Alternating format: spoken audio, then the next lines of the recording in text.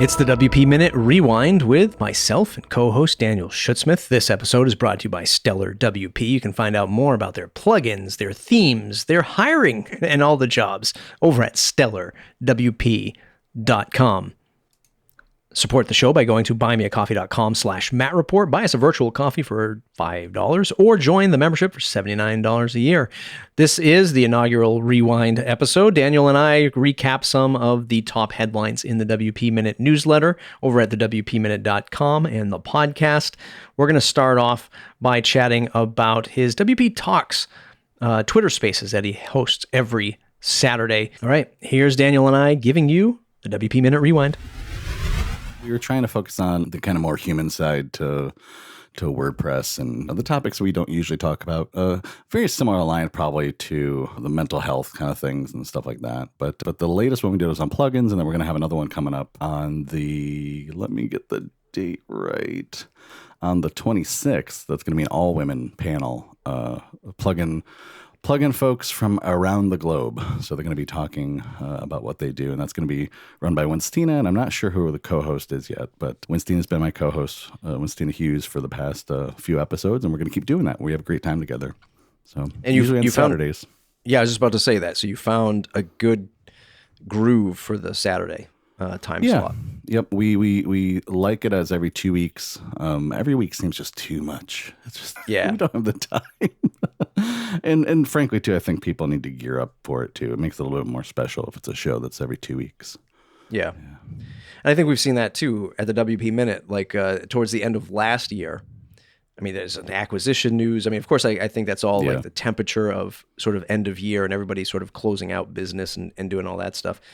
And there's just like news, acquisition item after acquisition item, big sale, big update, big thing happening. And then you start the first quarter of this new year, and it's not slow, but it's certainly not at that same kind of crazy pace. And I think that 2 week slot is a good measure to have enough content to talk about and not to burn everybody out. Exactly. Yeah. Which is a big thing. I'm told that we're the most organized Twitter Spaces that anyone's been on. Listen, I agree.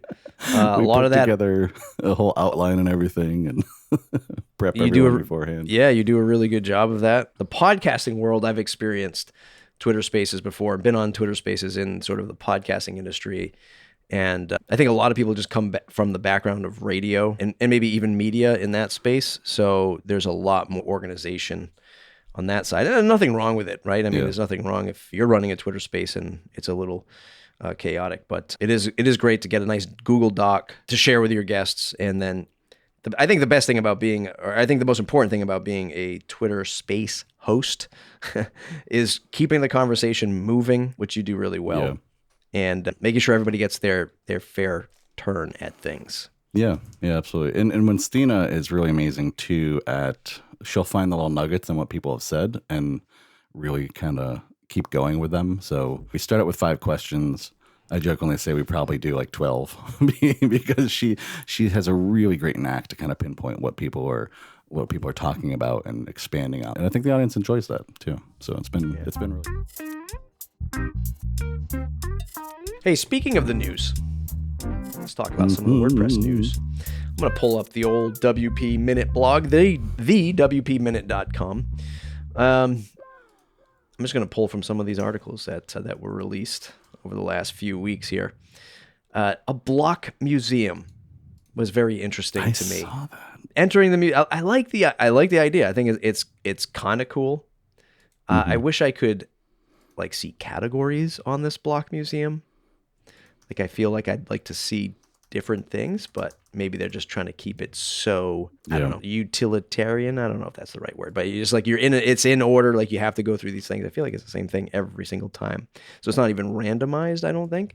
But the cool thing is when you click on, which isn't super apparent, but when you're clicking on one of the images, or one of the blocks, it brings you to the code, which you can copy and paste. I didn't notice that this whole time. Yes. Oh, wow. This is folks in the art world. They want you to figure it out. It's like, figure out this art, figure out how to get to the copy, paste this code. Stuff like this I love too, because this goes directly with what Matt Mullenweg was saying at the State of the Word, and I was actually there in person for that. And one of the interesting things he mentioned was that this was the old Tumblr off, which I guess still is kind of, but automatic ones so they can use it for whatever.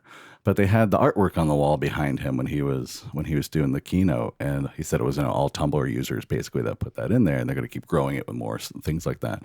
So stuff like this is terrific because if you think about it, you can't really do these kinds of things on Tumblr. Maybe not yet. I don't know if they're putting Gutenberg or the Blackadder over there eventually one day, but this makes it really interesting that it's putting WordPress into an art space, a more creative space where so often we're just obsessed with code or content. I think we need more design love, more art love. Block-museum.com. The subheadline is, this pop-up virtual block art museum comes to you from a collection of community members in the WordPress world. You can go to the About page and see everyone who contributes to it. It doesn't look like it's really owned by any particular brand. It looks just like they just came together to kind of put this block pattern directory, if you will, together, which is cool. Now I feel like I want to make some stuff. Make some stuff. Make some stuff. Did you see somebody yesterday talk about that? I think somebody was polling the audience. And by the audience, I mean Twitter. Asking if WordPress was actually considered a no-code tool. Oh, that was me. Was that you? Yeah, it was me. Yep. Yeah, I mean, because one of the things, I think you've talked about this before too, that, and I definitely know I've heard you talk about no code and your kind of love for it. The reality to me is that, I got into Webflow way back when that originally started out, and I actually suggested to the founder there, Vlad, I think is his name, to actually start it out as a WordPress extension. And he saw vision back then that he's like, nah, I'm not putting it on WordPress. He was like, you can export your Bootstrap, because it was Bootstrap at the time, I don't know if it still is, and then make your own theme if you want to. And so that's what I did for years. But to me, if we're really talking about bringing new people into the fold, democratizing publishing, making it easier for people to work with things, WordPress is a no-code platform, but people don't really know it because we talk so much about code and we talk so much about the extendability of WordPress.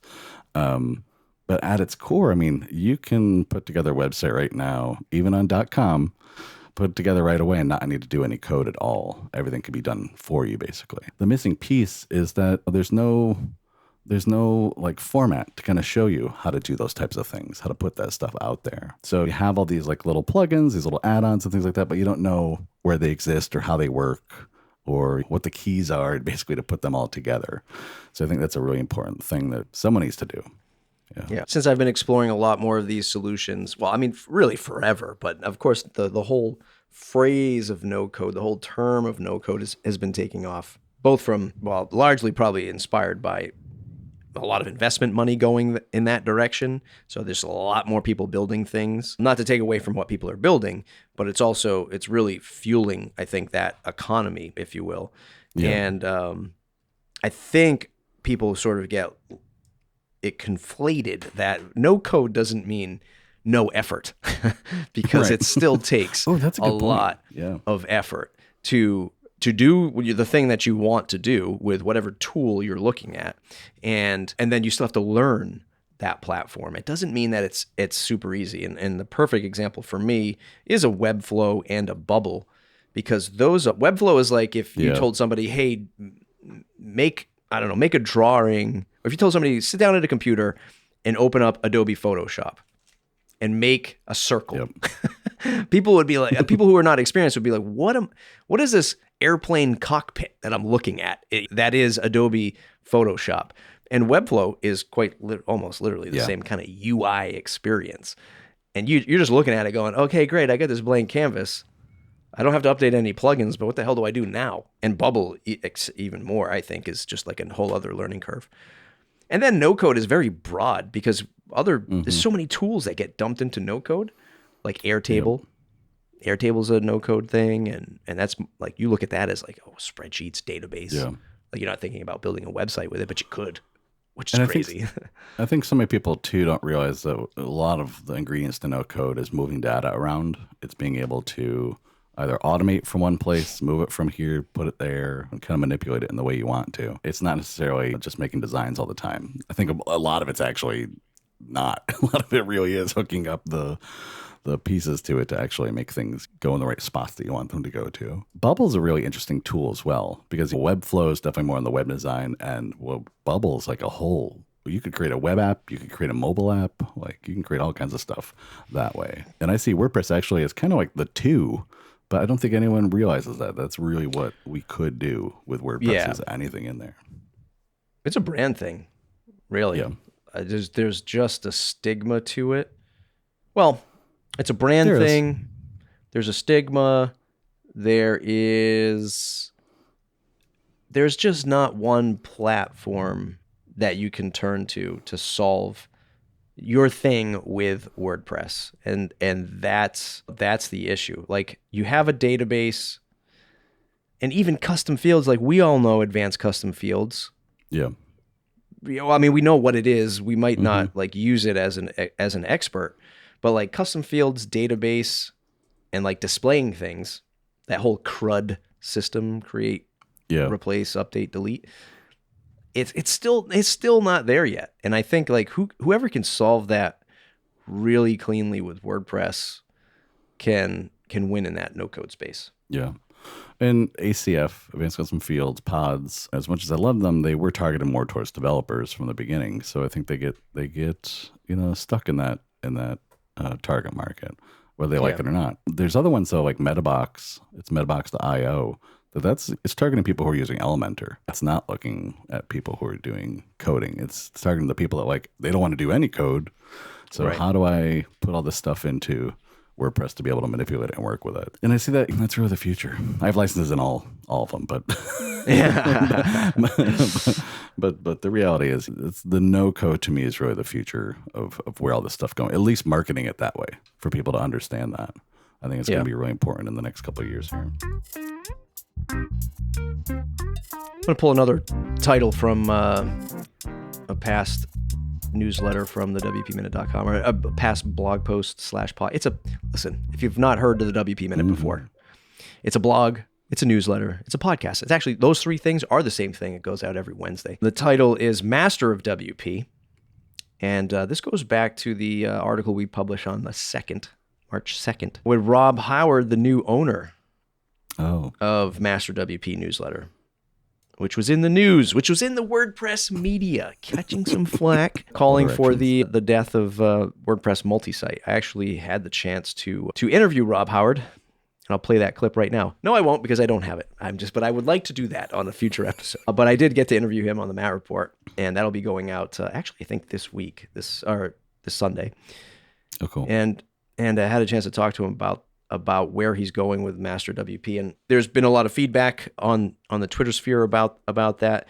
I think he's actually opened up to some guest opinion pieces on the positive side of WP Multisite. Yeah. And he was sharing his opinion on how they work. He runs an agency, and that's the bread and butter of the company. It's not Master WP. And he's I think, and you'll hear it in the episode, I think he was just trying to stir the pot to get some clicks, which he certainly did. 2, he's just sort of airing his grievances around multi-site, which, look, it's not the easiest thing either. So I kind of see some of the points, but it's not for everything. Everybody thinks it does solve a lot of, I need 5 WooCommerce stores. I'll just do multi-site and have 5 WooCommerce. No, probably not a good idea. It has to be very specific with multi-site, in my opinion. Yeah, I mean, every time I've used it, it's really, when I'm building a website, I try to think of how do I make this successful and use the least amount of resources possible. And by resources, I mean code, plugins, people, like everything. Yeah. Like how do I do it so I'm using the least amount as possible? Because with technology and everything else, the more things we throw into that engine, the more difficult things will be and the harder it's going to be to maintain over time. Multi-site, usually if I have one brand and they're going to have multiple websites and they're all using the same look and feel, I'll just put it on a multi-site because I can reuse that theme. I can make updates to it and then really just change based on that little subsite on what I want it to do. but it's few and far between because I don't know anyone that's doing like multi-sites all the time. And from the discussions I saw on Twitter, no one's really doing it all the time unless it's a like website as a service type of thing, a WAS. But, direct to client stuff, like we're doing it every so often and it needs some love. So hopefully this stirred the pot also too, to have people pay attention again to multi-site and maybe make some changes to it. Yeah. On my day job at Castos, we obviously have the Seriously Simple podcasting plugin, and oh boy, do we see a lot of people trying to do some crazy things with multi-site and podcasts, like trying to create podcast directories and stuff. And it's just like conceptually, like if you were a no-coder, you'd be like, oh yeah, this totally makes sense. But WordPress does not communicate back. Like there's no connection back across those databases. You can't access that content. We've seen people spend days, thousands of dollars customizing these things, and they're like, oh, it doesn't do that? Like, no, it's not what multi-site's for. Unfortunately, it's kind of like, I equate it also to BuddyPress and kind of where that is. BuddyPress is actually kind of a long way. But if you just use BuddyPress, it's a little bit more difficult to work with. If you add on, BuddyBoss, I believe, then it really comes alive and you can do a lot of things with it. Same thing with multi-site. If you add on, it's called Ultimo or WP Ultimo. If you add that on, it gives you a lot more capabilities on what you can do with multi-site. So it's that type of thing. I think that there's some things that can be changed in there for sure to make it work a bit easier. I am often ranting on Twitter about this or that I run into with WordPress. And last Friday, Brian Gardner has sent a tweet about how excited he was to make new themes for FSE, which kind of caught me off guard. It's a Friday afternoon. I was probably a little bit more respondent than normal because I was just wait, did it catch you off guard because Brian Gardner wanted to create a new theme? Or well, another one. Yeah. Frost WP, for those that don't know, Brian Gardner and Nick Diego put out Frost WP, which now WP Engine is a hold of, and now it's completely open source. It was originally paid theme with full site editing and things like that, and really, it's a really great theme. It's awesome to work with. I'd say it's probably one of the leaders, probably the head of the pack. But what threw me off was, I think myself and a lot of people have thought of those themes more as being kind of like the starter theme or the parent theme of like what we should be using. And with this whole new era of full site editing, it doesn't feel like we need like a ton of themes. And so Brian was responding to what Matt Mullenweg has said at State of the Word, that he wanted to have like 5,000 different FSE themes. I think it was by the end of next year, get a couple years, something like that. It was something wild. And I don't see it. People have responded to me on Twitter and said some ways they think it might make sense. But a lot of people have basically said, I just see like a handful that would really only be needed, because from there we can create whatever we want to. I know you had opinions though, right? Yeah. I mean, in this week's episode, One Theme to Rule Them All, we touched upon some of the stuff that was said. I just think if I were the product manager of WordPress, open source, WordPress.org, the call to action wouldn't be 5,000 new themes. It would be about blocks and patterns, because I just can't see how one can want more themes, but also be like, yeah, we got all these patterns and blocks, and we're gonna have a pattern and block directory. Exactly. My thing would be, we got to focus on the patterns, have the canvas theme or the one theme, and then introduce all these patterns, and then let people decide what happens. Because then what is a theme? Yeah. What is a theme at that point? And I'm not a developer, but I know people are saying now is like themes are just a JSON file at this point, because you just have all of these blocks, all of these patterns. And then what a theme does is just say, hey, blocks, hey, patterns, look like this. Yep. Like the structure's already done for you in the block/pattern. And now the theme thing just says, oh my God, it's this color. Oh my God, it's this font style, et cetera, et cetera. Yeah, I also don't see it. But I mean, I can see why he wants it 5,000, because he wants people to come and see the variety. He wants people to come and click on restaurant theme. He wants somebody to see business theme. I totally get it. But I mean, why are we trying to solve it with blocks and patterns? Yeah, the reality too is if you want to get people to create the new way of creating themes, then you would try to basically flesh out the old themes from any search algorithms that would be available on there. Like, really, if you want to get full site editing to go, putting thousands of themes into the repo would easily push out a lot of those larger themes. I have this theory that if you look at the themes that are on there right now that are the most popular, 2 of them are specifically more Elementor focused. So you have is it HelloFresh? I was trying to say HelloFresh. That's not. It's just HelloFresh. You're trying to get some food delivered right now, Daniel. We're talking about WordPress. And this is a great time for our sponsor, HelloFresh. No, it's Hello theme from the Elementor crew themselves. And then also you have the Astra theme from I think it's called Brainstorm Force.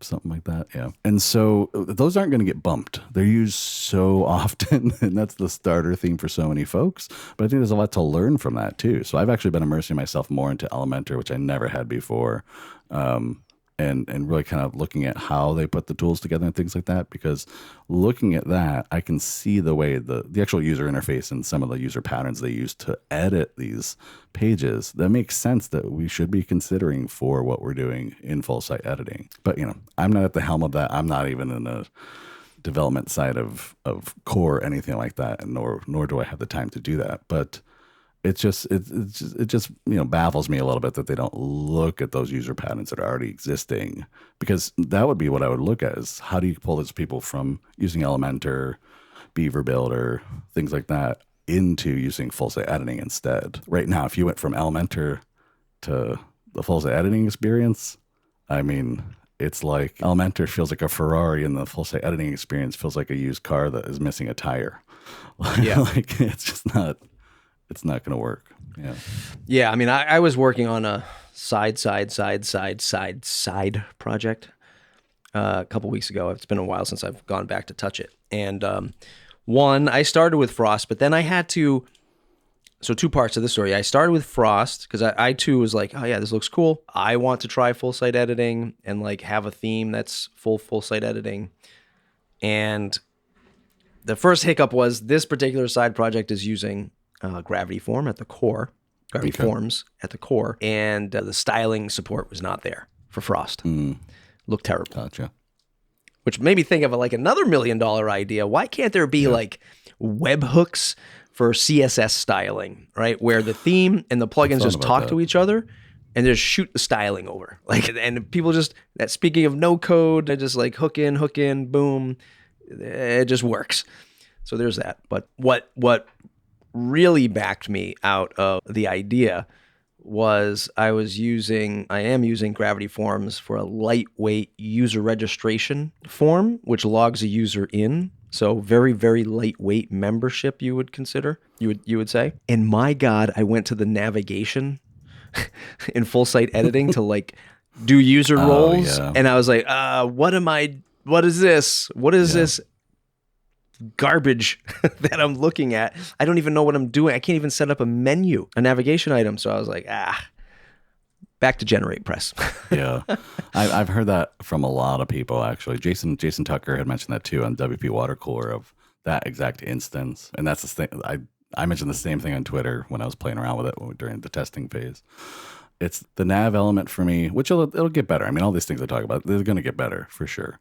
The problem is, me as a professional and making sites for a living, I just don't have time to play with it that often. So when I go in and play with it and things like that happen, that's what throws me off. And I'm just like, whoa, like, I can't do this right now. And frankly, I just can't invest any more time until I know it's working for sure. But one of the things to me too is that with a lot of the CSS pieces there, it would be great to have just like, I want one master like styling. Going back to no code, I think it would be amazing if we just had one master styling editable page in the back end where you're just literally using normal meta to turn things on and off, or changing colors or whatever for every style that's on a site. Look at Bootstrap, the Bootstrap framework, Tailwind frameworks. Like, those are really amazing ways to be able, for developers to be able to create things. And when we use those, we're just literally swapping out a few settings here and there. We're literally just saying, make all buttons rounded by 4 pixels, or make all, primary colors to be a light blue. And that's kind of what we need. But I don't know that that's even on the radar for a lot of people. But it's a good $1 million idea. Man, I mean, we've made $3 million on this episode. There you go. At least.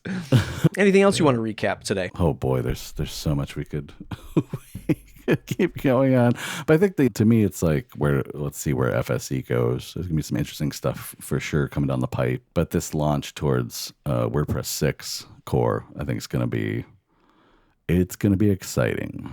But we're also gonna be terrified. So we'll see what happens.